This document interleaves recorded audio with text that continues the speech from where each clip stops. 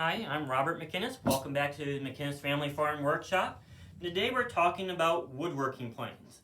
Now as you can see, they look very simplistic, but they have a very important job and they're very effective at that job. And what they're used for basically is taking off nice thin shavings of wood so that you can either make it nice and flat or so you can get it ready to join it up against another piece of wood. So planes date back thousands of years. We know for sure that the Romans had them and then improved upon them, making them to what they are today. However, they are probably older than the Romans themselves though. There is some evidence that the Egyptians had them, but we're not too sure if it's quite a plane yet or is it something pre-plane. Not quite enough evidence as of right now. So, with our planes, they come in three basic types. We have a truing or a trying plane. So a plane that is used to level off a face of a board to make it flat. We have jointing planes, planes that are going to get ready to joint up against another piece of wood. Then we have molding planes to add decoration to a piece of wood. So the most common plane that most people have seen and may even have in their own shops is this, and this is called a bench plane. So planes have a few different parts to them. The whole body of itself is called the stock.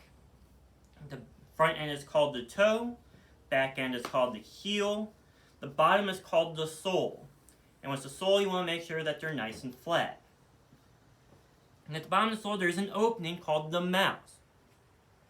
This mouth goes up into an opening known as the throat, where an iron or a cutting blade sits in with a wedge on the bed of the throat. So another way to think of a plane is pretty much just a block of wood with a mortise in it. So if for any reason we need to take out our iron here, we'll take a hammer and we'll either hit it right here on the heel or up here, which is known as a strike button. So what we just gotta do is give it a few taps. And what that does, it's gonna shock our wedge and pull it out. And that's what the wedge looks like. And if we pull our iron out of the throat, and that's what it looks like. So if you notice, our iron is actually made of two different pieces of metal attached with a screw. And I have one here already taken apart. So our longer piece is known as the main iron, which does the main cutting. A good main iron is going to be nice and sharp. It's going to have a slight curve in it. Then we have another piece that goes on top of it, has a little slight curve to it, and it's known as the cap iron, the back iron, the chip breaker. It has a bunch of different names for it. But this one is pretty much going to act as a divider. So it sits on top of there, and as you're going across cutting, the wood shaving is going to come, hit our cap iron, and it's going to be forced up and out through the throat of the plane and become broken off from the rest of the working piece. So again, we'll make sure that we have a nice sharp iron. However, sometimes a plane will drop or you accidentally do something silly with them and you'll get nicks in the blade like this one is. And if you do get nicks in there, all you gotta do is take it on your grinding stone and grind those out, or you go to a blacksmith and you get another one commissioned. However, that costs money, so the cheaper and most common option is just to grind them down. So when we get ready to put this back in, we're going to slide it in. We're going to check to make sure our iron is about flush to our sole. We don't want it extending too much like that, or like that. We pretty much want it nice and flat on there. So we're going to take our wedge and we're going to gently put it in there. We're going to test fit everything first. So first we're going to make sure that it is flat on there. And it looks pretty good. However, right here on the side of the blade, it's poking up a little bit more than the other side. So to fix that, our irons are actually curved at the top. And that's where you hit your hammer at to kind of level them out. And after you get everything nice and tight and where it needs to be, you just give a couple hard taps on the wedge, and that will set everything in place. So in general, when you're using a plane, you want to use a longer plane on longer pieces of work. That is because when you rough cut a piece of wood, it's going to be full of rises and valleys. So if we have a long plane on a long piece of work, you're going to come across and it's going to first hit the tallest rise that you have.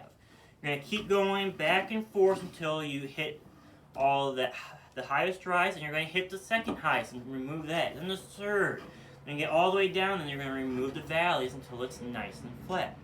If you were to use a smaller plane on a longer workpiece, what's going to happen is you can go up and down, up and down, up and down, up and down, and it's going to be harder to get this nice and flat.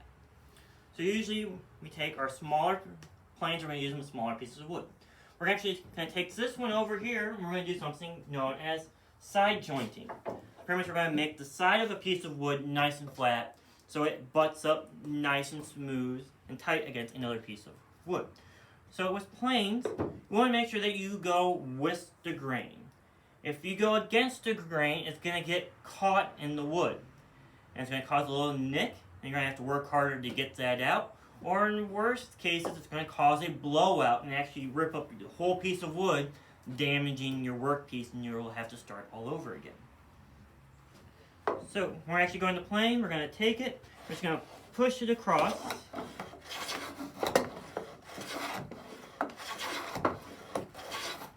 And then you're going to see that you're going to have these nice fluffy shavings come out of it. So you want them nice and fluffy. You want to take out just very small pieces at a time.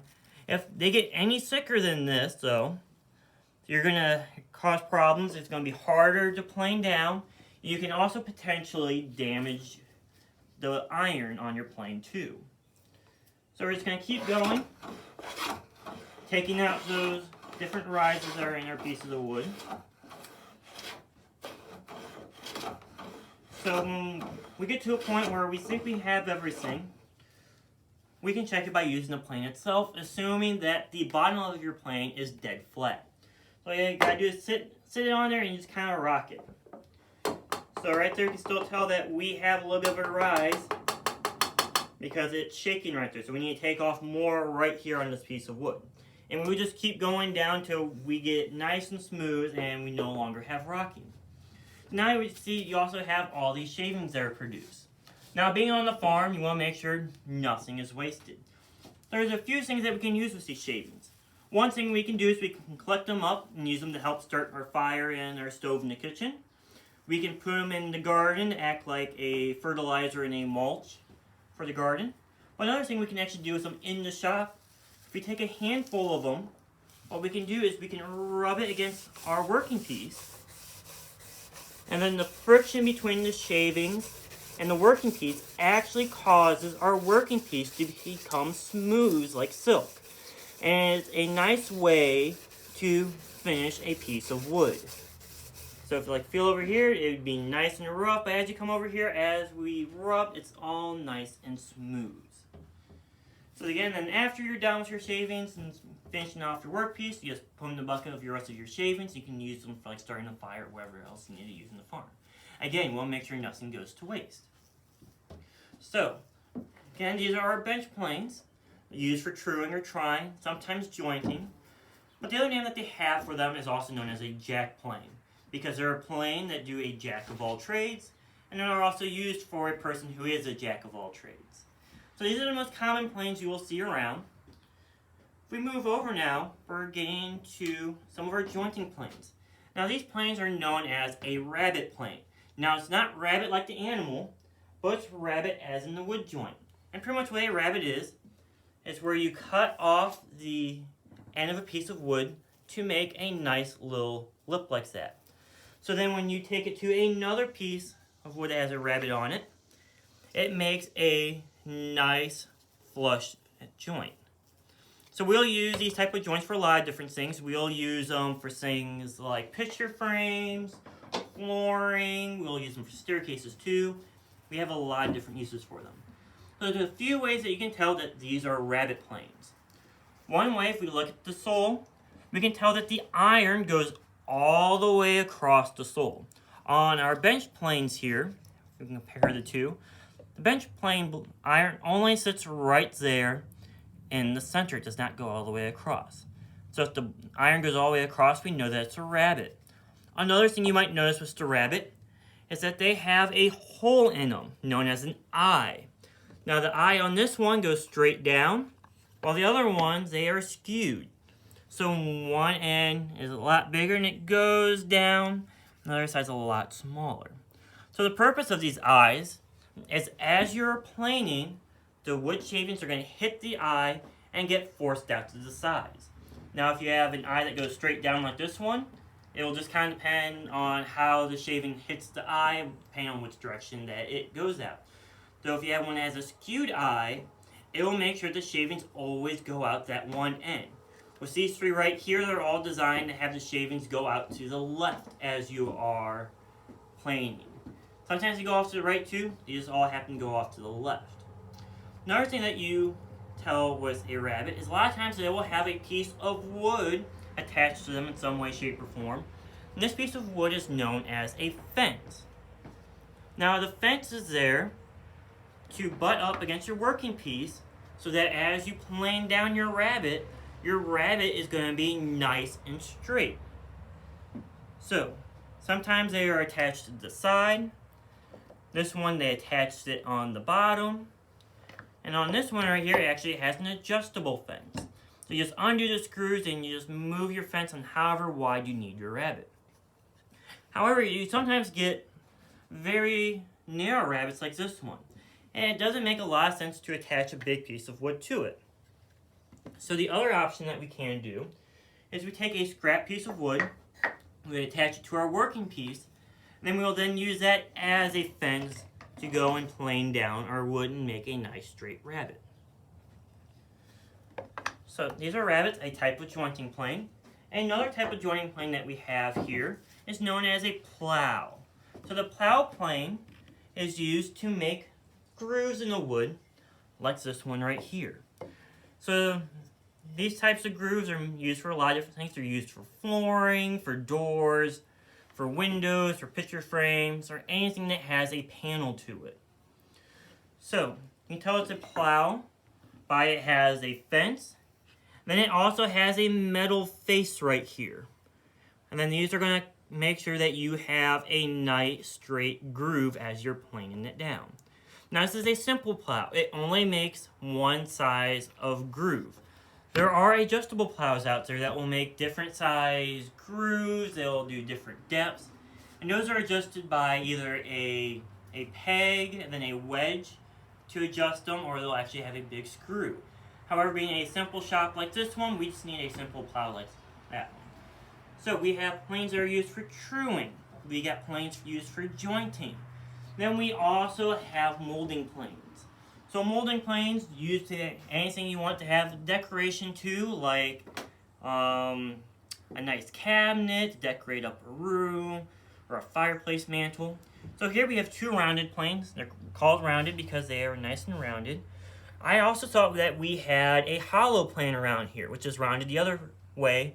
Makes a nice little hollow groove in there. But apparently our neighbor borrowed it because I don't see it in the shop anywhere. And pretty much with a rounded and a hollow plane, you can do any type of moldings you want to do. However, it'll just take you longer to do, depending on just how simplistic or complex you want your molding to be. There are more specialized molding planes that will do the whole plane cut, or the whole molding cut in one swoop. The largest and the most prized of all of them is the crown molding plane. Pretty much it's a very large plane, it's usually about that size, and it'll do the whole crown molding shape all in one cut. However, being a plane that size, it's very heavy and going across a long working piece, you usually need to attach ropes to it and have a man help you to pull the plane, or even a horse, to move that plane across the whole working piece. So these are our planes. It looks like that we have a lot here at the shop. However, we have very, very few. If we were a carpenter shop or someone who made cabinets, a typical nest of planes would be 30 plus. And pretty much they would have planes of different sizes and different shapes depending on what they need to do. Some of the longest planes would be as long as the workbench right here, and some of the smaller ones would fit right in the palm of your hand. and this depends on what type of work they are doing. So, those are our planes here at the shop. Hope you learned something, and we'll see you next time here at the farm.